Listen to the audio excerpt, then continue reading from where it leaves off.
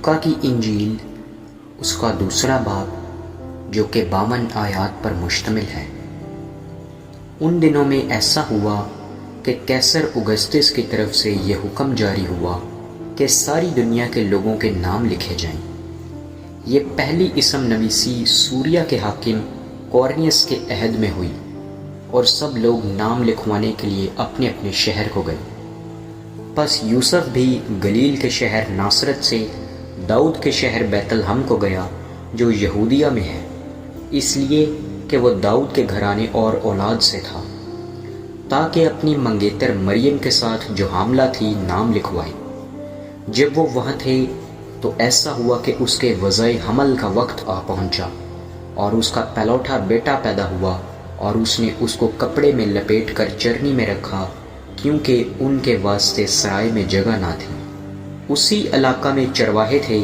جو رات کو میدان میں رہ کر اپنے گلہ کی نگہبانی کر رہے تھے، اور خداوند کا فرشتہ ان کے پاس آ کھڑا ہوا، اور خداوند کا جلال ان کے چوگرد چمکا، اور وہ نہایت ڈر گئے۔ مگر فرشتہ نے ان سے کہا، ڈرو مت، کیونکہ دیکھو میں تمہیں بڑی خوشی کی بشارت دیتا ہوں جو ساری امت کے واسطے ہوگی، کہ آج داؤد کے شہر میں تمہارے لیے ایک منجی پیدا ہوا ہے، یعنی مسیح خداوند۔ اور اس کا تمہارے لیے یہ نشان ہے کہ تم ایک بچہ کو کپڑے میں لپٹا اور چرنی میں پڑا ہوا پاؤ گے۔ اور یکایک اس فرشتہ کے ساتھ آسمانی لشکر کی ایک گروہ خدا کی حمد کرتی اور یہ کہتی ظاہر ہوئی کہ عالم بالا پر خدا کی تمجید ہو، اور زمین پر ان آدمیوں میں جن سے وہ راضی ہے صلح۔ جب فرشتے ان کے پاس سے آسمان پر چلے گئے تو ایسا ہوا کہ چرواہوں نے آپس میں کہا کہ آؤ بیت لحم تک چلیں اور یہ بات جو ہوئی ہے اور جس کی خداوند نے ہم کو خبر دی ہے دیکھیں۔ پس انہوں نے جلدی سے جا کر مریم اور یوسف کو دیکھا اور اس بچہ کو چرنی میں پڑا پایا، اور انہیں دیکھ کر وہ بات جو اس لڑکے کے حق میں ان سے کہی گئی تھی مشہور کی۔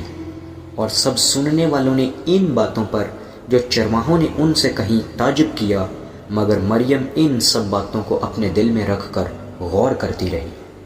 اور چرواہے جیسا ان سے کہا گیا تھا ویسا ہی سب کچھ سن کر اور دیکھ کر خدا کی تمجید اور حمد کرتے ہوئے لوٹ گئی۔ جب 8 دن پورے ہوئے اور اس کے ختنہ کا وقت آیا تو اس کا نام یسوع رکھا گیا، جو فرشتہ نے اس کے رحم میں پڑنے سے پہلے رکھا تھا۔ پھر جب موسیٰ کی شریعت کے موافق ان کے پاک ہونے کے دن پورے ہو گئے تو وہ اس کو یروشلم میں لائے تاکہ خداوند کے آگے حاضر کریں، جیسا کہ خداوند کی شریعت میں لکھا ہے کہ ہر ایک پہلوٹا خداوند کے لیے مقدس ٹھہرے گا، اور خداوند کی شریعت کے اس قول کے موافق قربانی کریں کہ کمریوں کا ایک جوڑا یا کبوتر کے 2 بچے لاؤ۔ اور دیکھو یروشلم میں شمعون نام ایک آدمی تھا، اور وہ آدمی راست باز اور خدا ترس اور اسرائیل کی تسلی کا منتظر تھا، اور روح القدس اس پر تھا، اور اس کو روح القدس سے آگاہی ہوئی تھی کہ جب تک تو خداوند کے مسیح کو دیکھ نہ لے موت کو نہ دیکھے گا۔ وہ روح کی ہدایت سے ہیکل میں آیا، اور جس وقت ماں باپ اس لڑکے یسوع کو اندر لائے تاکہ اس کے لیے شریعت کے دستور پر عمل کریں، تو اس نے اسے اپنی گود میں لیا اور خدا کی حمد کر کے کہا کہ اے مالک، اب تو اپنے خادم کو اپنے قول کے موافق سلامتی سے رخصت کرتا ہے، کیونکہ میری آنکھوں نے تیری نجات دیکھ لی ہے جو تو نے سب امتوں کے روبرو تیار کی ہے، تاکہ غیر قوموں کو روشنی دینے والا نور اور تیری امت اسرائیل کا جلال بنے۔ اور اس کا باپ اور اس کی ماں ان باتوں پر جو اس کے حق میں کہی جاتی تھیں تعجب کرتے تھے۔ اور شمعون نے ان کے لیے دعائے خیر کی،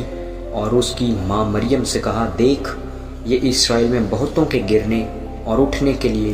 اور ایسا نشان ہونے کے لیے مقرر ہوا ہے جس کی مخالفت کی جائے گی، بلکہ خود تیری جان بھی تلوار سے چھید جائے گی، تاکہ بہت لوگوں کے دلوں کے خیال کھل جائیں۔ اور آشر کے قبیلہ میں سے ہنا نام فنویل کی بیٹی ایک نبیہ تھی، وہ بہت عمر رسیدہ تھی، اور اس نے اپنے کنوار پن کے بعد 7 برس ایک شوہر کے ساتھ گزارے تھے۔ وہ 84 برس سے بیوہ تھی اور ہیکل سے جدا نہ ہوتی تھی، بلکہ رات دن روزوں اور دعاؤں کے ساتھ عبادت کیا کرتی تھی، اور وہ اسی گھڑی وہاں آ کر خدا کا شکر کرنے لگی اور ان سب سے جو یروشلم کے چھٹکارے کے منتظر تھے اس کی بابت باتیں کرنے لگی۔ اور جب وہ خداوند کی شریعت کے مطابق سب کچھ کر چکے تو گلیل میں اپنے شہر ناصرت کو پھر گئے، اور وہ لڑکا بڑھتا اور قوت پاتا گیا اور حکمت سے معمور ہوتا گیا، اور خدا کا فضل اس پر تھا۔ اس کے ماں باپ ہر برس عید فصح پر یروشلم کو جایا کرتے تھے،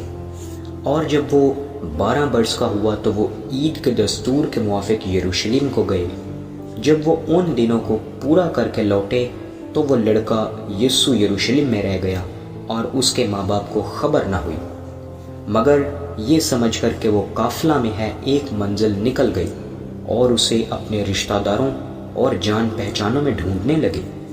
جب نہ ملا تو اسے ڈھونڈتے ہوئے یروشلم تک واپس گئے،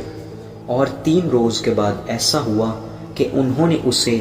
ہیکل میں استادوں کے بیچ میں بیٹھے ان کی سنتے اور ان سے سوال کرتے ہوئے پایا، اور جتنے اس کی سن رہے تھے اس کی سمجھ اور اس کے جوابوں سے دنگ تھے۔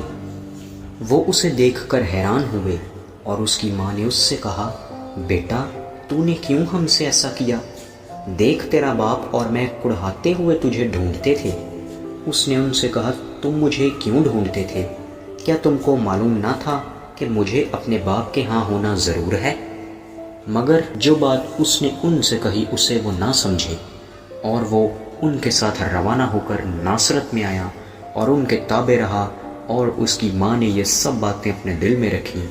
اور یسوع حکمت اور قد و قامت میں اور خدا کی اور انسان کی مقبولیت میں ترقی کرتا گیا۔